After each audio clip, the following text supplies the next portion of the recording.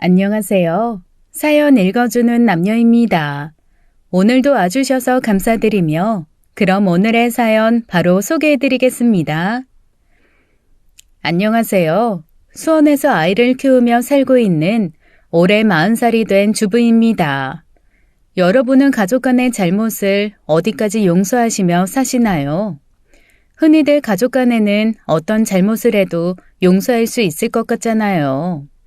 그래서 법적으로도 가족 간의 도둑질은 처벌을 하지 않기도 하고요. 하지만 우리 모두 사람이기에 모든 잘못을 용서하며 살 수는 없는 것 같아요. 그래서 부부끼리는 이혼을 하기도 하고 형제끼리는 연을 끊기도 하죠. 심지어 부모와 천륜을 끊는 사람들도 있어요. 제 경우가 그랬습니다. 저희 부모님은 이혼을 하셨고 저는 엄마와 천륜을 끊고 살았어요. 엄마와 연을 끊었던 그 순간에는 정말 절대 다시는 엄마를 안 보고 살겠다 다짐했었죠. 하지만 세월이 지나다 보면 모든 감정이 무뎌지기 마련이에요. 증오도 분노도 시간이 흘러가며 무뎌지죠. 전 이제 엄마를 용서했어요. 그런데 더 이상 엄마가 제 곁에 없네요. 저희 엄마 아빠는 1999년에 겨울에 이혼을 하셨어요. 그땐 새천년이 다가온다고 다들 축제 분위기였고 몇몇은 종말이 다가온다고 울상이었죠. 저도 사람들 분위기에 휩쓸려 들떠 있었던 평범한 15살의 어린 소녀였어요. 엄마, 나 배고파. 엄마 어딨어? 학원을 다녀와서 밤늦게 집에 들어갔는데 엄마가 안 보였어요. 대신 아빠가 주방 식탁에 앉아 안주도 없이 소주를 마시고 있었죠. 무슨 술이야? 아빠 술 안 마시잖아. 무슨 일 있었어? 근데 엄마는? 이제 네 엄마 없다. 무슨 소리야? 엄마가 없다니. 에이, 우리 아버지 술 취하셨나? 아빠. 아빠의 굳은 얼굴을 보는 순간 저는 느꼈어요. 무언가 크게 잘못되었다는 것을요. 마음이 다급해졌죠. 아빠, 엄마는? 아빠! 아빠는 끝내 입을 열지 않았어요. 지금 생각해보면 제게 어떻게 설명을 해야 하나 고민하셨던 것 같네요. 제 나이 고작 15살이었으니 말이죠. 당장 엄마에게 연락을 했어요. 그때에도 핸드폰을 쓰는 사람들이 많았지만 삐삐도 많이들 쓰던 시절이었습니다. 엄마가 사용하는 삐삐에 수도 없이 메시지를 남겼죠. 하지만 돌아오는 답은 없었습니다. 그러다가 일주일 만에 마침내 제 삐삐로 엄마가 메시지를 남겼어요. 엄마도 이제 엄마 인생 찾기로 했어. 너한텐 너무 미안해. 아빠 말 잘 듣고 예쁘게 커. 이제 연락 못할 거야. 엄마 용서하지 마. 도저히 믿을 수도 이해할 수도 없는 말이었죠. 몇 달 뒤 알았어요. 현실이라는 것을요. 엄마는 다른 남자와 바람이 나서 저와 아빠를 버렸습니다. 엄마는 다른 남자의 아내가 되어주기 위해 아빠를 버렸고 그 집 아이들의 엄마가 되어주기 위해 저를 버렸죠. 엄마 말이 맞았어요. 저는 엄마를 절대 용서할 수 없었습니다. 딱 한 달 울었어요. 그리고 엄마 삐삐에 메시지를 남겼죠. 이제 아줌마도 나한테는 아무 의미 없는 사람이에요. 아줌마가 나한테 그런 것처럼요. 아줌마 말대로 나 아줌마 절대 용서 안 해요. 이 메시지가 엄마와의 마지막이었어요. 18년이 지나 다시 엄마가 제 앞에 나타나기 전까지는요. 28살의 지금의 남편을 만났습니다. 남편은 스킨스쿠버 강사였어요. 바닷속에 물안경 하나 끼고 산소통 메고 잠수하는 그런 일이요. 저는 바다를 좋아해요. 깊은 바닷속에 들어가면 고요하게 제 심장 소리만 들리는데 그게 절 위로하거든요. 그래서 제 취미도 스킨 다이빙이죠. 남편이 하는 스쿠버 다이빙과 다르게 스킨 다이빙은 산소통을 매지 않고 숨을 참으며 바닷속 깊은 곳으로 들어가는 스포츠예요. 해녀를 떠올리시면 이해하기 쉬우실 겁니다. 저와 남편은 필리핀 바다에서 만났어요. 남편도 저처럼 깊은 바닷속 그 고요를 좋아한다고 했죠. 그때 이 사람이 내 짝이구나 싶었어요. 남편은 말이 없이 조용한 사람이지만 옳고 그름은 확실히 아는 사람이었죠. 저도 말수가 무척이나 적어서 우리가 연애할 때 몇 시간이고 말없이 있을 때도 있었습니다. 그렇게 저희는 4년간 연애를 한 끝에 결혼을 했습니다. 저희 부부 결혼은 상견례부터 순탄치 못했어요. 제가 홀아버지 밑에서 커온 외동딸의 이혼가정 자녀라는 게 문제였죠. 시모는 굉장히 직설적인 사람이었어요. 예의도 없고 품격도 없는 사람이었죠. 본인은 참지 않고 할 말 하고 사는 자신의 모습이 당당하고 멋지다고 생각하시는 듯 했지만 자기만의 착각이었습니다. 저는 시어머니가 참 경박한 사람이라 생각했어요. 저 승민이 무척이나 애지중지하면서 키웠습니다. 첫째여서 결혼할 때도 제대로 해주면서 보내려고 돈도 많이 모아두었고요. 그럼요. 아주 반듯하게 큰 청년이더군요. 부족한 저희 집에 보내주셔서 감사합니다. 제가 아들처럼 생각하며 잘 챙기겠습니다. 그런 인사치레 들으려고 하는 말 아닙니다. 저는 이 결혼 반대 많이 했다는 걸 말하고 싶어요. 우리 승민이 지금 당장 어디에 내놔도 지금 며느리보다 조건 좋은 여자 많이 만날 수 있습니다. 그럼에도 우리 아들 승민이가 예비 며느리 아니라면 결혼 안 한다고 하니 제가 어쩔 수 없이 이 결혼 승낙하는 거 아닙니까? 쓸데없는 소리를. 사돈 어른 앞에서 예의 없이 무슨 짓이야? 가만 좀 있어봐요.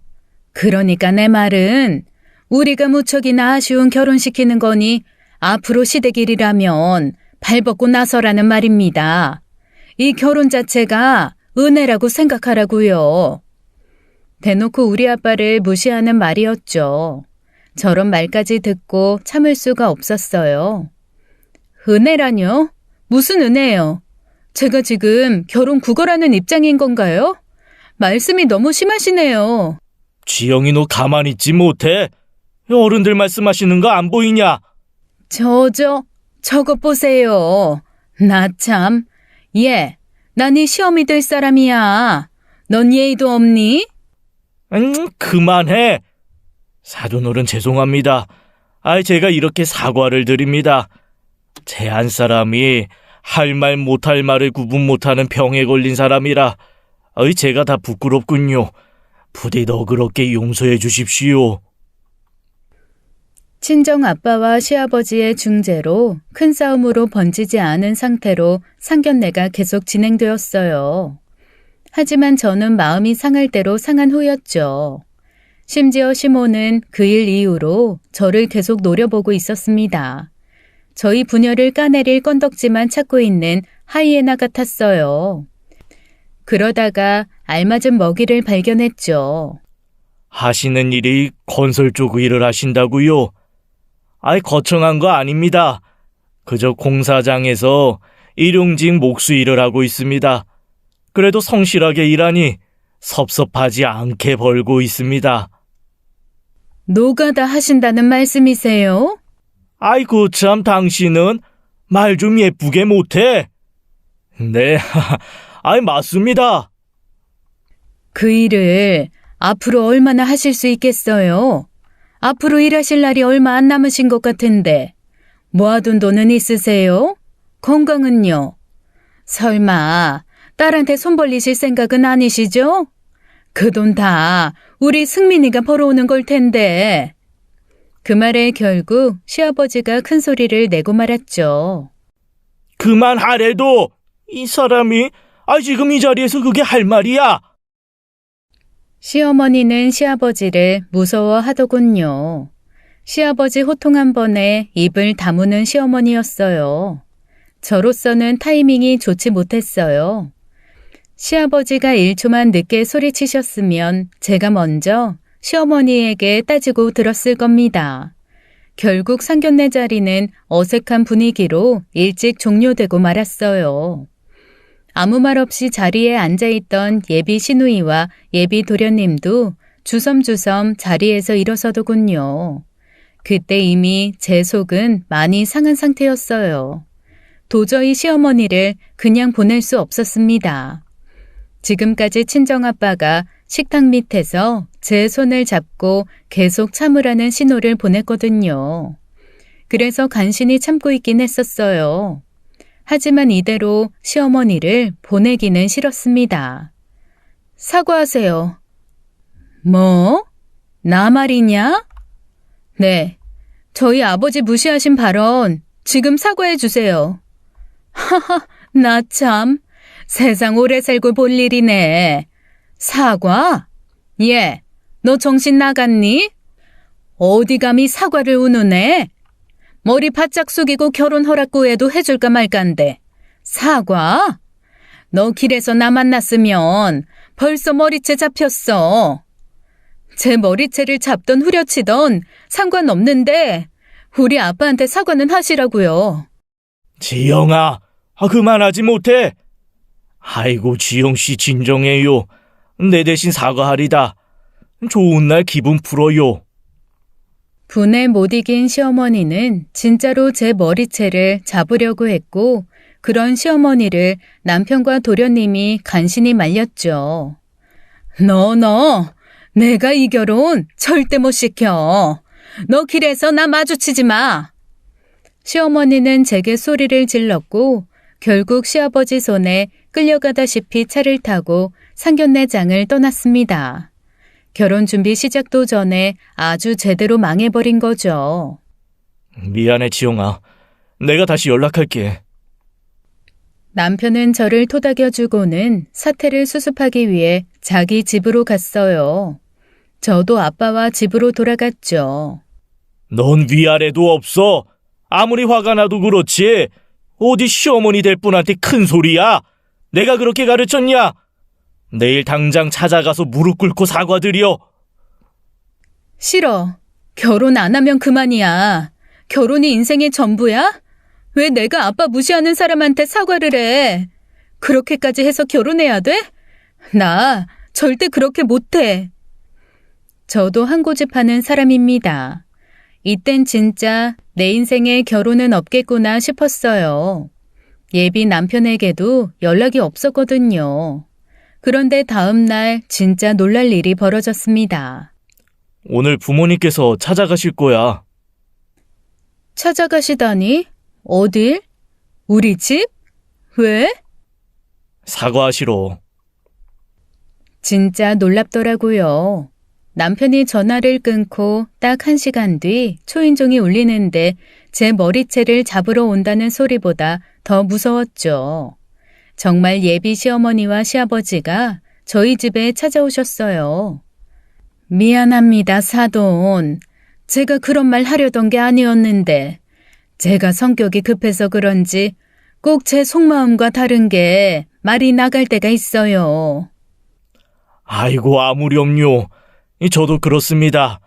제가 먼저 찾아뵙고 제 여식의 무례를 사과드렸어야 했는데 이거 죄송합니다. 지영이는 어서 와서 시어머니 되실 분에게 사과드리지 못해. 네? 제가요? 순간 친정아빠가 저를 바라보며 인상을 찌푸리셨죠. 잔말 말고 빨리 달려와서 시어머니에게 사과를 하라고 얼굴로 강요를 하셨어요. 물론 시어머니께서도 쉽지 않은 선택이셨을 거예요. 아랫사람인 제게 먼저 찾아와 주신 거니까요. 이럴 때는 저도 한 발 뒤로 물러나야죠. 어머님, 죄송합니다. 저도 너무 예의 없게 굴었어요. 용서해 주세요. 그래. 내가 승민이와 결혼은 허락할게. 앞으로 내 며느리 될 사람이니 내 딸이라고 생각하고 잘해줄 테니 걱정 말아요. 설마 어제 일을 계속 마음에 품고 갈 정도로 좁은 성격은 아니지? 전 그런 성격은 아니었어요. 다만 문제라면 시어머니가 그런 성격의 소유자였다는 게 문제였습니다. 말은 저렇게 했어도 시어머니는 속으로 이를 갈았나 보더라고요. 결혼 이후 저를 죽어라 괴롭히려고 하셨으니까요. 하지만 다행인 점은 남편이 그 중간에 떡하니 버티고 서서 시어머니의 공격을 차단해 주었다는 겁니다. 마치 바다의 왕 포세이돈처럼 제 앞에 서 있는데 조그만 해파리 같은 시모가 저를 찌르진 못했죠. 그렇게 소동을 겪고 나서 결혼을 준비했어요. 그런데 앞으로 찾아올 문제는 지금 것과는 비교도 안 되는 문제였습니다. 정말 상상도 못할 곳에서 문제가 터졌죠.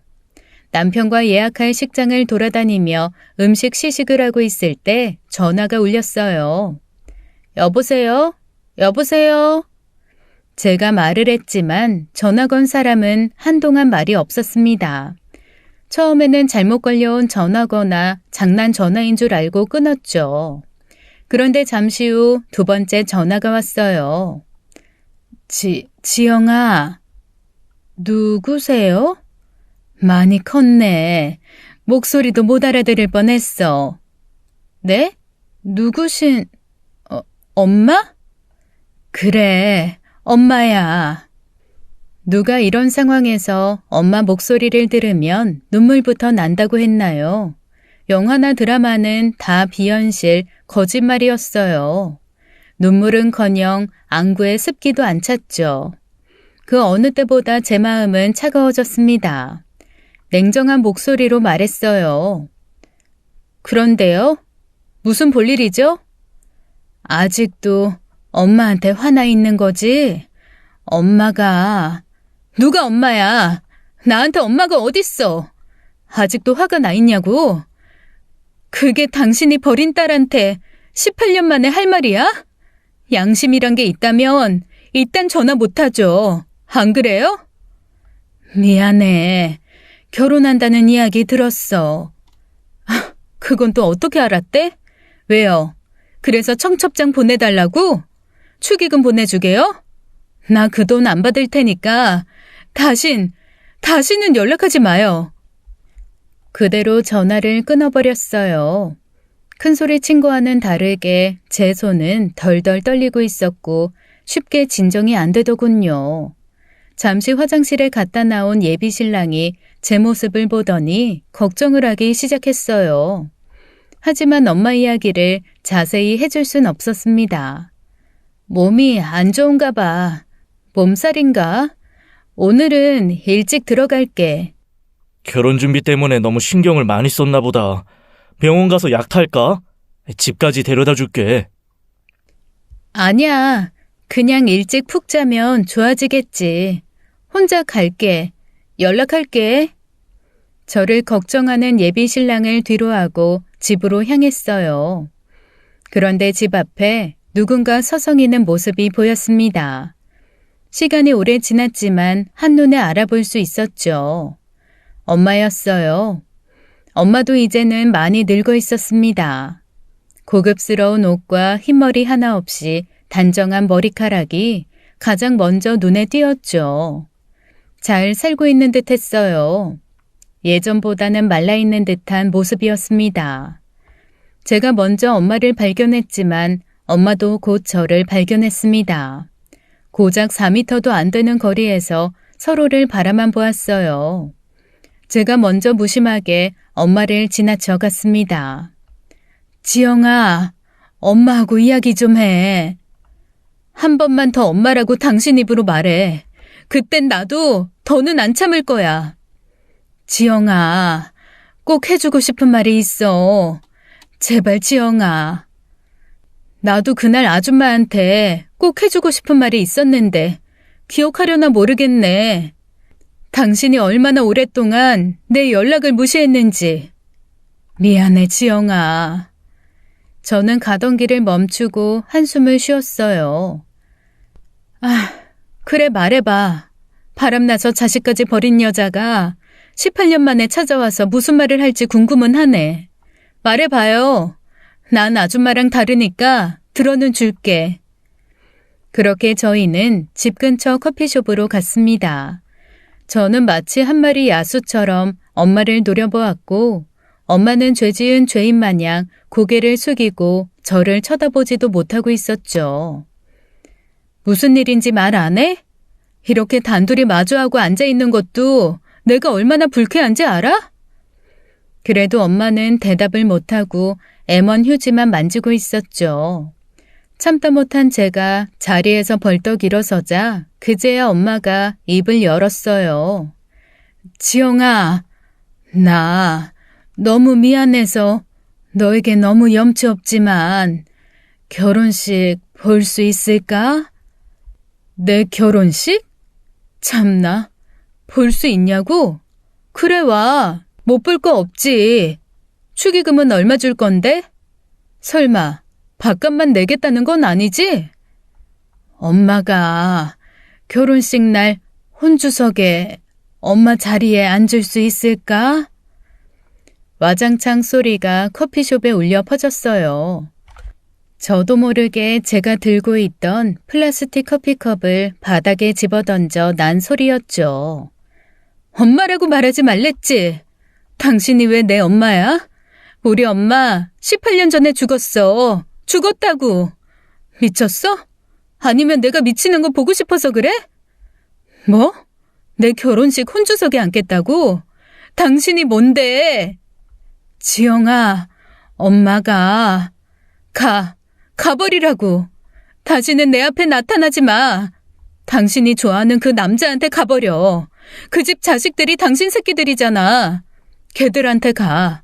난 당신 딸 아니야. 그리고 그 자리에서 나와버렸어요. 집으로 와서 방에 들어가 문을 잠그고 이불을 뒤집어 쓰고 한참을 소리를 질렀습니다. 거실에 아빠가 앉아 있었어요. 그런데 제게 무슨 일이냐고 묻지 않았죠. 아빠도 엄마가 찾아온 일을 아는 듯 했습니다. 하지만 저도 더는 묻지 않았어요. 눈을 떠보니 이미 깊은 밤이었습니다. 잠깐 잠이 들었던 것 같은데 어떻게 잠들었는지 기억도 안 나더군요. 낮에 있었던 일을 되새겨보니 더 화가 났어요. 대체 무슨 자격으로 제 결혼식에 오겠다고 하는지 이해가 되지 않았죠. 어쩜 저렇게 양심도 없나 싶었습니다. 그러거나 말거나 엄마 때문에 제 결혼을 망치고 싶지 않았어요. 방문을 열고 나가니 아빠가 저를 불렀습니다. 역시나 아빠는 다 알고 있었죠. 엄마가 찾아왔었지? 엄마가 아니라 그 아줌마겠지. 아니, 나와줬으면 엄마인 거지. 아빠는 너만 괜찮으면. 나 안 괜찮아. 절대. 그러니깐 아빠도 꿈도 꾸지 마. 대체들 왜 이래? 그 아줌마가 억만금이라도 준대? 아빤 괜찮아? 아빠마저 왜 이래? 바람나서 남편 버리고 자식 버린 여자라고. 제 말에 아빠는 아무 말도 못하고 창밖만 바라보셨죠. 저는 절대 그 여자를 용서할 수 없었어요. 애써 엄마를 기억에서 지우고 결혼식 준비를 했습니다. 그리고 한 달 뒤 마침내 저는 결혼을 했죠. 표독스럽게 저를 쳐다보는 시어머니의 얼굴은 웃고 있지만 눈은 슬프게 저를 바라보는 아빠의 얼굴도, 세상 행복하게 저를 보는 남편의 얼굴도 제 눈에 들어오지 않았어요. 제 눈에는 구석진 곳에 숨어 있는 것처럼 제 결혼식을 바라보고 있는 엄마만 보였죠. 자꾸만 엄마가 있는 곳으로 신경이 갔어요. 하나뿐인 결혼식을 망치고 싶지 않아서 애써 무시하려 했습니다. 어쩌면 나도 엄마가 있다는 생각에 안도했을지도 모르고요. 어쩌면요. 그렇게 결혼식이 끝났습니다. 가족과 친지들 그리고 친구들과의 기념사진을 찍었어요. 왜? 아이, 누구 올 사람 있어? 응? 아니, 아까부터 계속 누구를 찾길래. 누구 찾는데? 옛 남자친구? 재미없어. 저도 모르게 눈으로는 계속 엄마를 찾았나 봐요. 하지만 엄마는 보이지 않았어요. 갑자기 제 앞에 나타난 것처럼 결혼식이 끝나자 아무런 흔적도 남기지 않고 갑자기 사라졌죠. 그리고 그날 이후 엄마를 한동안 보지 못했어요. 하지만 한번 나타난 엄마의 존재는 떼어버릴 수 없는 껌처럼 제 영혼에 길게 늘러붙었죠. 길을 가다가 낯선 아주머니의 뒷모습을 보곤 깜짝 놀라곤 했어요. 엄마인 것 같아서요. 한 번은 엄마가 저를 부르는 소리에 급하게 뒤를 돌아본 적이 있어요. 그곳에는 어떤 젊은 아줌마가 중학생인 자기 딸을 부르고 있었습니다. 제가 느끼는 이 감정이 무엇인지 혼란스러웠어요. 그리움인지 상실감인지 분노인지 저도 알 수가 없었죠. 엄마를 또다시 보게 된 것은 1년이 지나서였어요. 그날은 제 인생 최악의 날이 된 날이었습니다. 결혼 후 우려했던 시어머니와의 갈등은 크게 없었어요.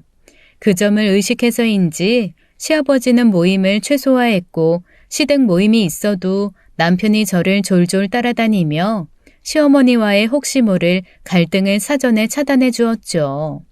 그렇게 1년이라는 시간이 흘렀어요. 어느 날 혼자 사는 아빠가 걱정되어 여러 가지 아빠가 좋아하는 밑반찬을 만들어 찾아갔습니다.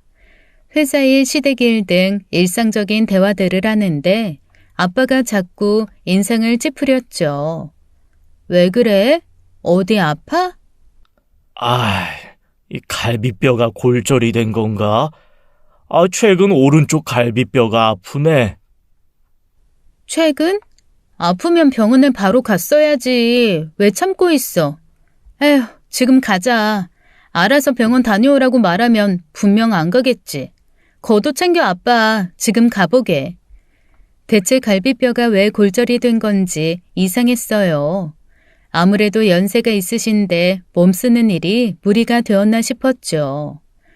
아빠도 이제 슬슬 은퇴하셔야 돼. 몸에서 무리가 가는 거라고. 하지만 찾아간 동네 병원에서는 저희 부녀를 대학병원으로 보냈어요. 진료 의뢰서를 들고 대학병원을 찾은 저희는 몇 가지 검사를 하고는 초조하게 결과를 기다렸습니다. 그리고 너무나 충격적인 결과를 마주하게 되었죠. 간암이세요. 3에서 4기쯤으로 보이시고 복막 쪽에 전이가 되신 것 같습니다. 하늘이 무너진다는 기분이 이런 거였어요. 믿을 수가 없었죠. 그냥 옆구리가 조금 아픈 것뿐이었는데 암이라니요. 다른 불편한 거나 아픈 게 없었는데. 드릴 말씀이 없네요. 일단 항암은 당장 시작하셔야 합니다. 진행이 무척 빠르신 것 같아요. 제게서 아빠 소식을 전해들은 남편은 단숨에 병원으로 달려왔죠. 남편마저 없었다면 정신을 놓았을지도 몰라요. 의사 선생님 말대로 아빠는 당일 입원을 해서 당장 항암을 시작했습니다. 하지만 항암 일주일 만에 의사 선생님이 저를 불러 절망스러운 이야기를 해주었어요. 암이 빠르게 퍼지고 있어요.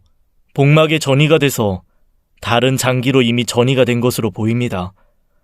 간암이 원암이 아닌 것 같아요. 무슨 말씀이시죠? 암이 간에서 시작된 게 아니라고요? 그럼 항암제를 바꿔야 할까요? 임상시험 중인 좋은 약이라도 사용하면... 더 이상 치료가 무의미하세요. 호피스트 병동으로 이동하셔서 마지막을 편하게 준비해 주시는 게 좋을 것 같습니다. 선생님, 포기하시면 안 돼요. 제 간절함에도 의사는 아버지의 여명이 한 달이라고 말해주었어요. 다른 병원 전원하시면서 그 한 달 허투루 허비하지 마세요. 그저 아버님 곁에 지켜주세요. 아버지는 의사의 말대로 남은 한 달을 자신이 떠난 뒤를 준비하셨어요.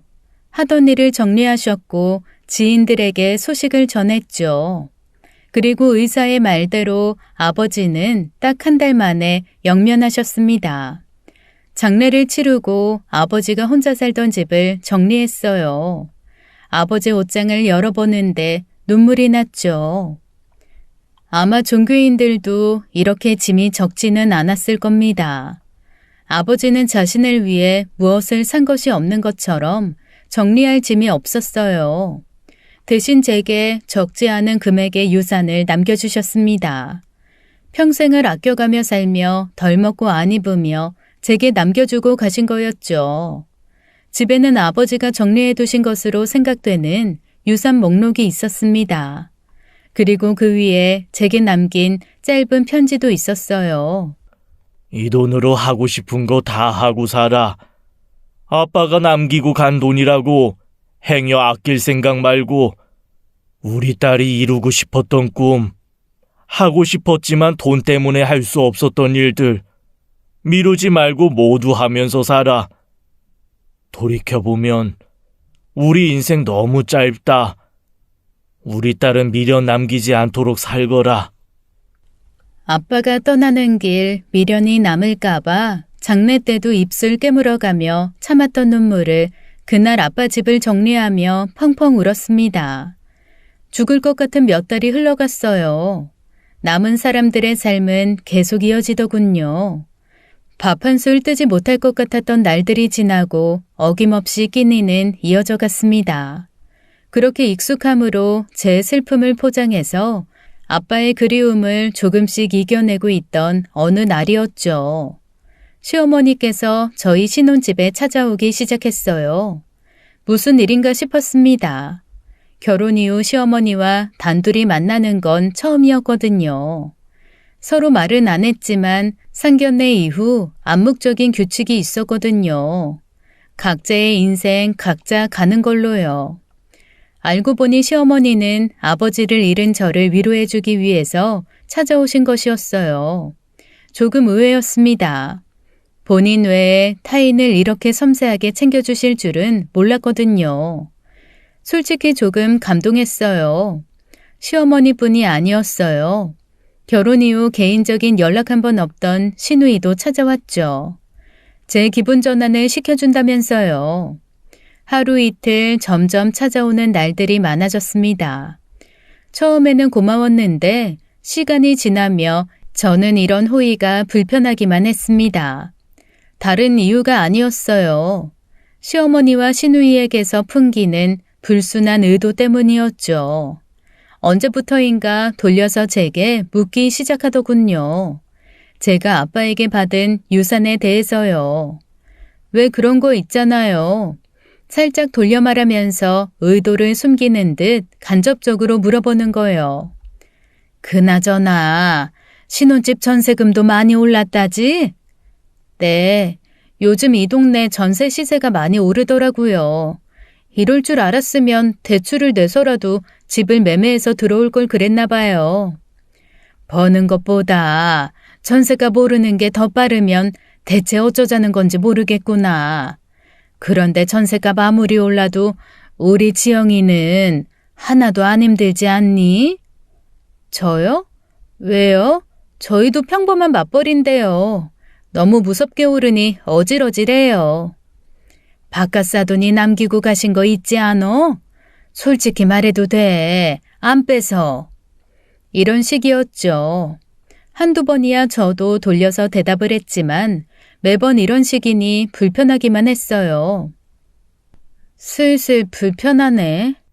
뭐가 불편해? 아니, 어머님 말이야.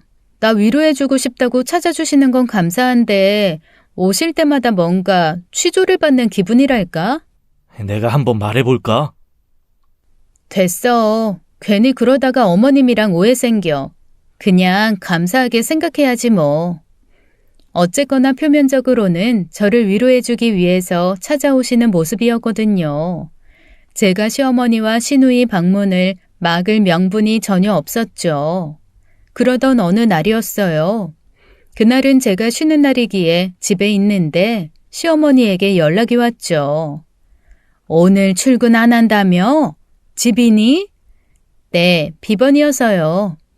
집 앞 찻집인데 내가 기니 할 말이 있구나. 잠깐만 시간 좀 내다오. 시어머니께서 말씀하신 집 앞 카페에 가보니 시어머니 혼자가 아니었어요. 시누이도 함께 있었죠.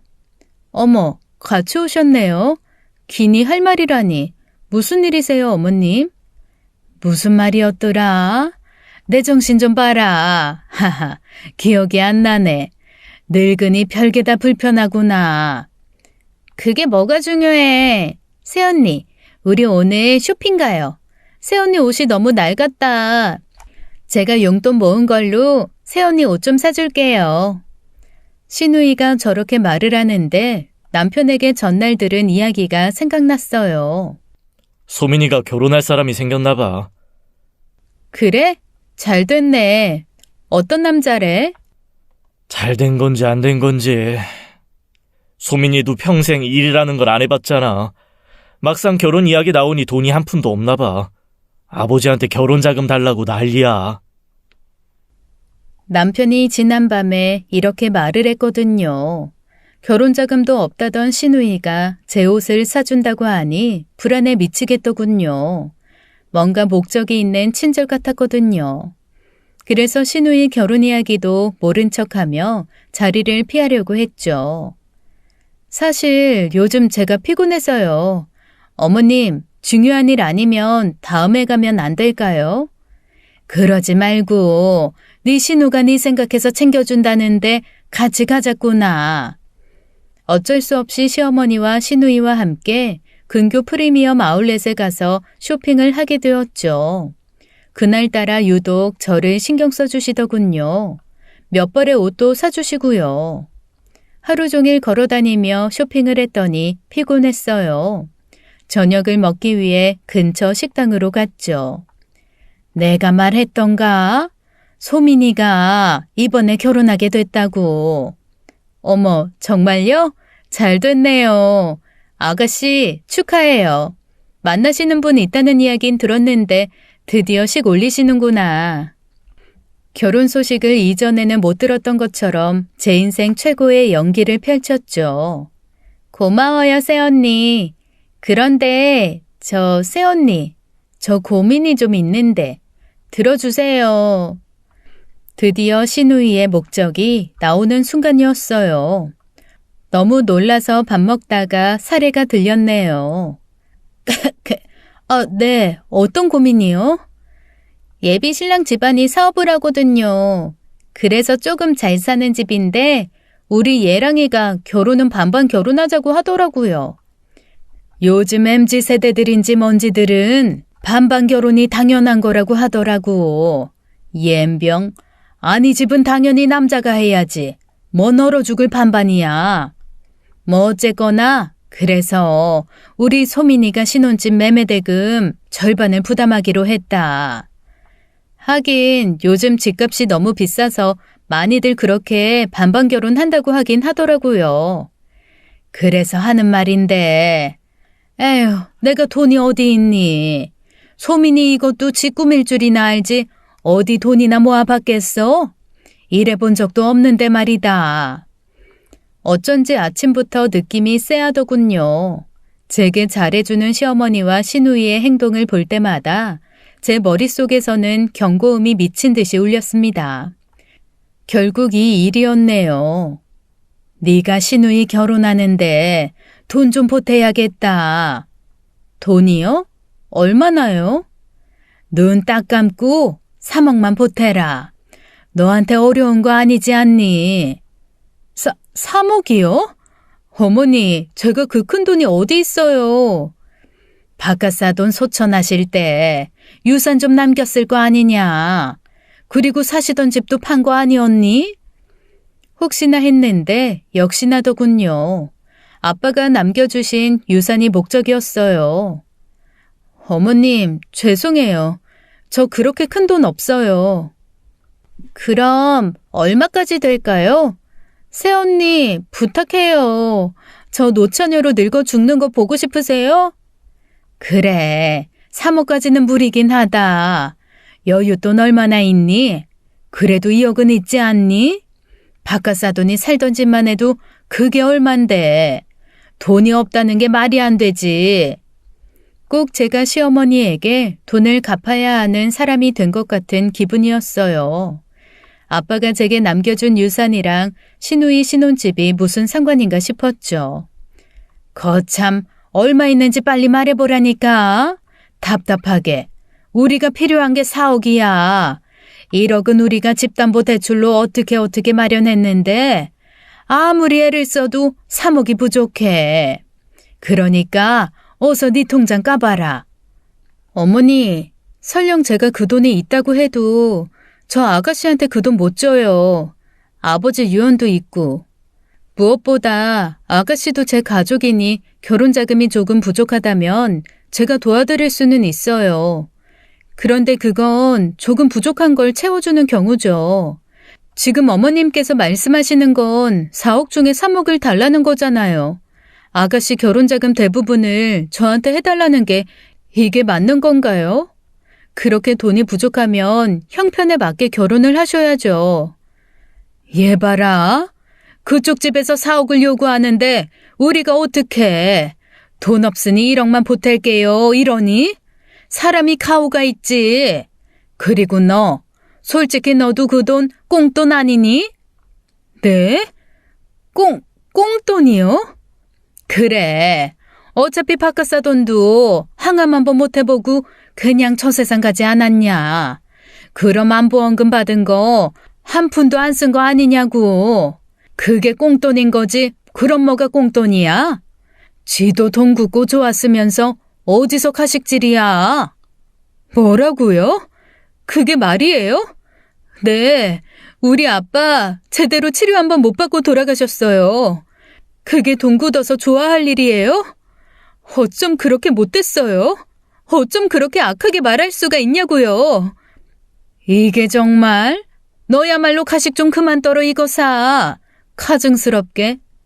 아이, 엄마, 릴렉스. 진정해. 아, 우리 엄마 말 좀 예쁘게 하라니까. 새언니 미안해요. 엄마가 가끔 저렇게 말 실수해요. 아시잖아요. 우리 엄마 외출할 때 장롱에 뇌 넣어놓고 외출하는 거. 진정하세요. 아기는 없어요. 뇌는 장롱에 넣어두고 개념은 음식물 쓰레기통에 넣어두고 인심은 변기에 넣고 물 내렸어요? 사람답게 못 살겠으면 적어도 괴물처럼은 살지 마세요. 점점 분위기가 험악해지자 시누이는 시어머니를 끌고 집으로 가버렸어요. 어처구니가 없는 게 오늘 아울렛 쇼핑을 하며 저 입으라고 사주신 옷들도 모두 챙겨서 가버리셨죠. 그날 이후로 시어머니에게 연락이 완전 끊겼습니다. 딱 아빠 돌아가시기 전에 고부 사이로 돌아갔죠. 제게 다가온 시어머니의 목적이 너무나 명확해지는 순간이어서 씁쓸하더군요. 어차피 살가운 사이도 아니었으니 전 크게 아쉬울 것도 없었어요. 남편 말대로 저는 다시 제 삶을 살아가면 됐으니까요. 그러던 어느 날이었어요. 남편과 함께 지인 모임에 참석하기 위해 준비를 하고 있던 날이었습니다. 어떤 남자에게 전화가 왔어요. 박지영 씨 되시나요? 네, 그런데요. 누구시죠? 저는 법무법인 삼체 대표 변호사 함정우라고 합니다. 법무법인 삼체요? 변호사님이 저한테 무슨 일로? 어머님 김미숙님께서 따님 박지영님에게 유산을 남기셨어요. 김미숙, 너무 오랜만에 들어보는 이름이었어요. 바람나서 저를 버리고 떠난 엄마 이름이었죠. 새로운 남편과 자식들 생겼다고 저를 버린 엄마가 제게 유산을 남겼다니 이해가 안 되었습니다. 무엇보다 그딴 돈 받을 생각도 없었죠. 김미숙 씨가 저한테 유산을요? 뭔가 착오가 있는 것 같네요. 전 김미숙이 누군지 몰라요. 제가 엄마의 유산을 받는 것을 거부하자 자신을 함정우라고 밝힌 변호사님은 저희 집까지 찾아오셔서 저를 설득하셨습니다. 의뢰인인 엄마가 제게 꼭 유산을 상속하길 원한다고 했죠. 지금 의뢰인인 김미숙 씨가 사망하셨어요? 그런 건 아닙니다. 돌아가신 것도 아니라면 그럼 대체 저한테 지금 당장 유산을 상속하려고 하시는 이유가 뭔데요? 그 이유까지는 저희가 알 수는 없습니다. 다만 의뢰인께서 박지영 씨에게 필히 유산 상속을 하시길 원하셔서. 좋아요. 그럼 이렇게 할게요. 그 유산 받을게요. 단 저도 조건이 있어요. 제 조건 김미숙 씨한테 가서 전해주세요. 다들 서로 유산 받으려고 다툼을 자주 보지만 이런 경우는 처음이네요. 어떤 조건이시죠? 저한테 유산을 남기려는 이유, 김미숙 씨가 직접 저 대면에서 설명해 주셔야 돼요. 어때요? 쉽죠? 제 말에 변호사는 잠시 난감하다는 표정을 지어 보였어요. 그러고는 잠시 후 제게 알겠다는 말과 함께 조만간 연락을 준다고 하고는 돌아갔습니다. 변호사님이 돌아가고 며칠간 초조했어요. 관심 없는 척 했지만 신경이 많이 쓰였습니다. 일이 손에 안 잡힐 정도로요. 유산으로 받을 돈 때문이 아니었어요. 그 돈을 제게 남기려는 이유가 궁금해서였죠. 그리고 2주 정도가 지나고 마침내 변호사님에게 연락이 왔습니다. 의뢰자분께서 박지영 씨 만나는 걸 많이 망설여 하셨어요. 그래서 연락이 늦었습니다. 우여곡절 끝에 저는 엄마를 만날 수 있었죠. 남편과 함께 변호사가 알려주는 곳으로 엄마를 만나러 갔습니다. 서울에 있는 대학 병원이었어요. 사실 어느 정도 예상을 하고 있었습니다. 변호사를 통해 유산을 정리하고 있다는 것은 삶이 얼마 남지 않았다는 것을 의미하잖아요. 하지만 막상 제 눈으로 그 사실을 확인하니 마음이 착잡했습니다. 엄마를 만나러 간 곳은 암 전문 병동이었죠. 그곳에서 미라처럼 바짝 말라있는 엄마를 볼 수 있었습니다. 결혼식장에서 보던 모습과는 너무나 달랐어요. 어떻게 된 거야? 남편은, 엄마 자식들은 다 어디 가고 혼자 이러고 있어? 다들 자기 갈 길 갔지. 엄마 오래전에 이혼해서 혼자야. 그렇게 잘 살 것처럼 바람나서 딸 버리고 떠나더니 말년이 참 볼만하네. 나 진짜 이해가 안 되는데 그 유산 왜 나한테 상속해? 엄마 설마 나한테 이제 와서 미안해? 미안하지. 지영아, 미안해. 엄마가 정말 미안해. 그때 널 두고 그렇게 가는 게 아니었는데. 미안하다. 그래, 알았어. 미안하다는 말 받아줄게. 그리고 유산도 다 받아줄게. 나 엄마 유산으로 아주 떵떵거리면서 펑펑 쓰고 다닐 거야. 괜찮지? 그동안 엄마 사랑 못 받은 결핍 이걸로 풀지 뭐. 그래도 되지?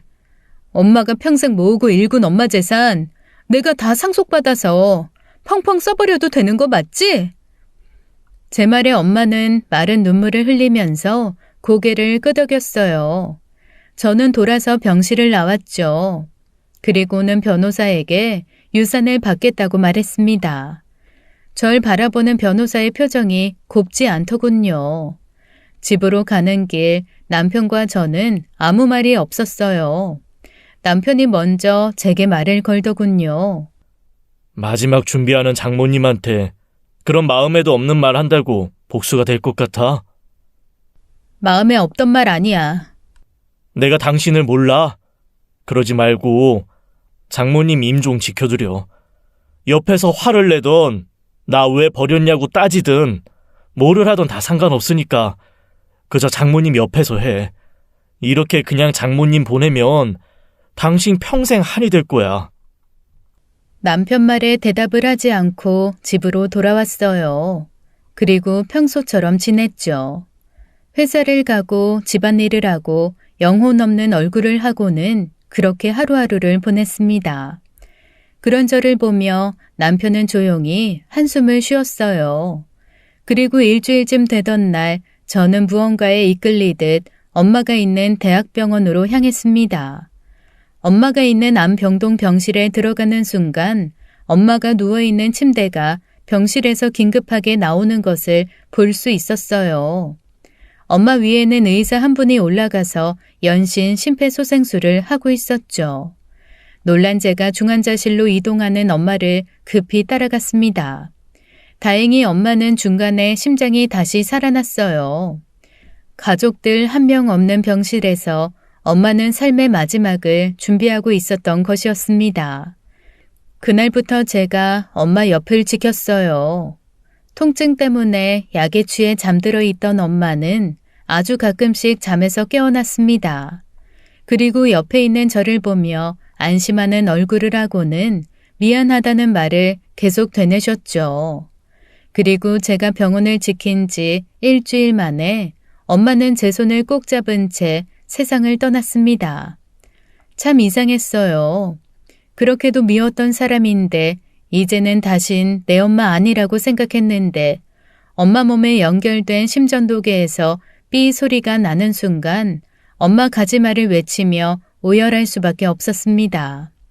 그렇게 엄마를 보내주게 되었어요. 엄마 장례를 치르는 동안 시어머니와 시누이도 찾아왔습니다. 제가 엄마가 있다는 사실을 알고는 놀라는 눈치였죠. 조용히 끝날 거라 믿은 엄마의 장례식은 안타깝게도 그렇지 못했어요. 문제는 엄마의 지인들 대화였습니다. 그들의 관심사는 엄마가 죽기 전에 남긴 서울 요지의 5층짜리 꼬마 빌딩이었죠. 제가 상속을 받았거든요. 있는지도 몰랐던 딸이 갑자기 나타나 엄마의 재산을 상속받아 버리니 당연히 지인들 사이에서는 화자의 이야기가 된 거였죠. 그런데 진짜 문제는 그 이야기를 시어머니와 시누이가 들어버린 것이었습니다. 엄마의 장례가 끝나고 49제를 끝내자 시어머니가 저를 시댁으로 불렀습니다. 표면적인 이유는 친정엄마 암 간호하고 장례 치르는 동안 저 몸 상한 거 아닌가 걱정된다며 저녁 한 끼 차려준다는 이유였어요. 사실 다른 음흉한 속내가 있으면서 말입니다. 아마 지금까지 시어머니 입장에서는 초인적인 인내를 발휘해서 49제까지는 참은 거였겠죠. 장례 끝나자마자 저를 찾아오면 너무 눈치 보일 테니까요. 그 속이 훤히 보이니 더 열받더라고요. 어머니 잘 보내드렸니? 좋은 곳에서 영면하실 거다. 네, 감사해요, 어머님. 저도 기도할게요, 새언니. 고마워요, 아가씨. 그나저나 놀랐다. 그렇게 부자 엄마가 있는 줄도 몰랐어. 제가 어렸을 때 이혼하셨었어요. 부자였던 건 저도 지금까지 몰랐네요. 남편이 잠시 화장실을 가자 그 순간 참지 못하고 있던 시동생이 먼저 입을 열었죠. 시어머니조차 속내가 보일까 눈치가 보여서 말을 못하고 있었는데 말입니다. 형수님, 그나저나 이번에 5층 건물 받으셨다면서요?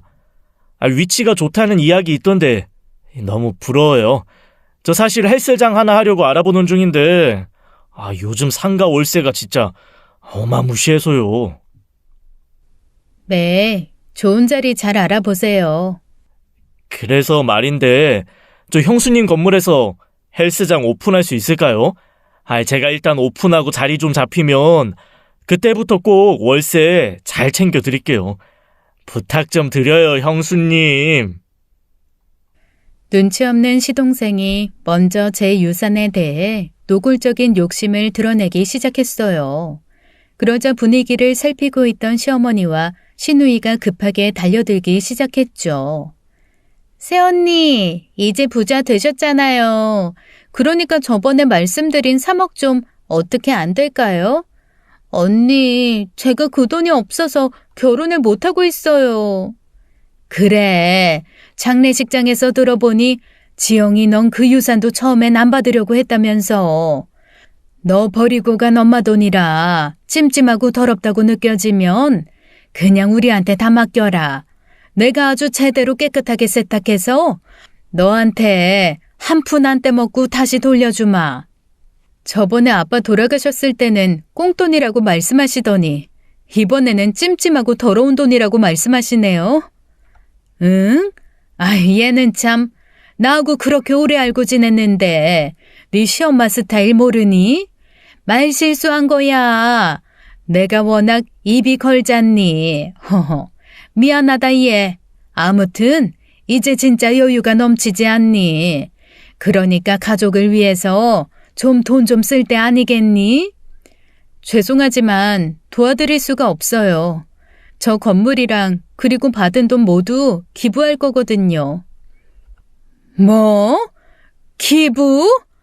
아니 왜 그 큰 돈을 생판 모르는 남한테 준다는 거야? 얘, 너 혹시 머리 다쳤니? 얘가 왜 이래? 진짜 새언니 너무하세요. 지금 거짓말이죠? 우리 도와주기 싫으니까 기부한다고 거짓말하는 거죠. 거짓말한 거니? 아니요, 진짜예요. 모두 고아원에 기부할 거예요. 이 미친 것이? 그때 화장실에 갔다가 돌아온 남편이 소리를 쳤어요. 미쳤다니. 엄마는 그게 며느리한테 할 소리야? 아들, 내가 괜히 그러니? 세상에, 네 아내가 지 엄마한테 받은 유산 다 기부한다고 한단다. 이게 미친 거지 다른 게 미친 거니? 좋은 일 한다는 건데 그게 무슨 미친 짓이야. 그리고 장모님도 돌아가시기 전에 말씀하셨어. 그 돈이랑 건물 지영이가 하고 싶은 거에 다 써도 된다고. 아이고, 미친다 내가 미쳐. 아니, 지 가족들은 죽어가고 있는데 찔러도 피 한 방울 안 나올 것처럼 굴더니 뭐? 기부? 너야말로 이게 사람이 할 짓이니? 가족 죽이는 기부라니. 그만 좀 하세요. 다들 왜 이러세요? 도와드릴만 하면 제가 도와드렸죠. 그런데 아니잖아요. 아가씨는 34살 먹을 때까지 알바 한 번 안 해보셨죠? 아무 노력도 안 하면서 지금 남들이 결혼자금 수억을 다 해주기를 기다리고 있잖아요. 다른 사람도 아니고 본인 결혼이면서요. 도련님은 또 어떻고요? 도련님도 지금 32살이에요. 헬스장이요. 본인도 운동 한 번 안 해봐서 지금 이티 몸매로 살면서 무슨 헬스장이요? 도련님도 대학 졸업하고 지금까지 뭐 하셨어요? 백수로 살고 있으시죠? 취업 같은 거 왜 안 하세요? 이런 분들을 제가 왜 도와드려야 하는데요? 제가 그렇게 말해도 다들 비난을 멈추지 않았습니다. 마치 제가 이 사람들에게 큰 돈을 꾸고는 안 갚고 있는 상황처럼 느껴질 정도였죠. 그때 남편이 다과상을 엎어버렸어요. 다들 그만해요. 다들 제게 돈 달라 애원하다, 비난하다, 시끌시끌하던 시댁이 순식간에 쥐죽은 듯 얼어붙었습니다. 지영이가 유산 받았다니까. 다들 무슨 로또라도 된 듯 기쁜 거야? 인생 역전돼서 이제 돈이나 펑펑 쓰다 가야겠다. 뭐 그런 생각하는 거야? 대체 왜 한 사람도 부모 잃은 지영이를 진심으로 위로해주는 사람이 없는 건데 어쩜 내 가족이지만 사람들이 이렇게까지 악할 수가 있는 거야? 정말 너무나 실망했다. 나 이제 엄마랑 너희들 안 볼란다. 그냥 남처럼 살 거니까 니들도 엄마도 지영이 좀 그만 괴롭혀요. 지영아 일어서 가자. 그렇게 말한 남편은 제 손을 잡고 뒤도 안 돌아보고 시댁을 나와버렸습니다. 그리고 시어머니 전화와 동생들 전화를 차단해버리고는 지금까지 만나고 있지 않죠. 단지 이 일을 후에 알고 극대노를 시아버지하고만 연락을 하며 지내고 있습니다.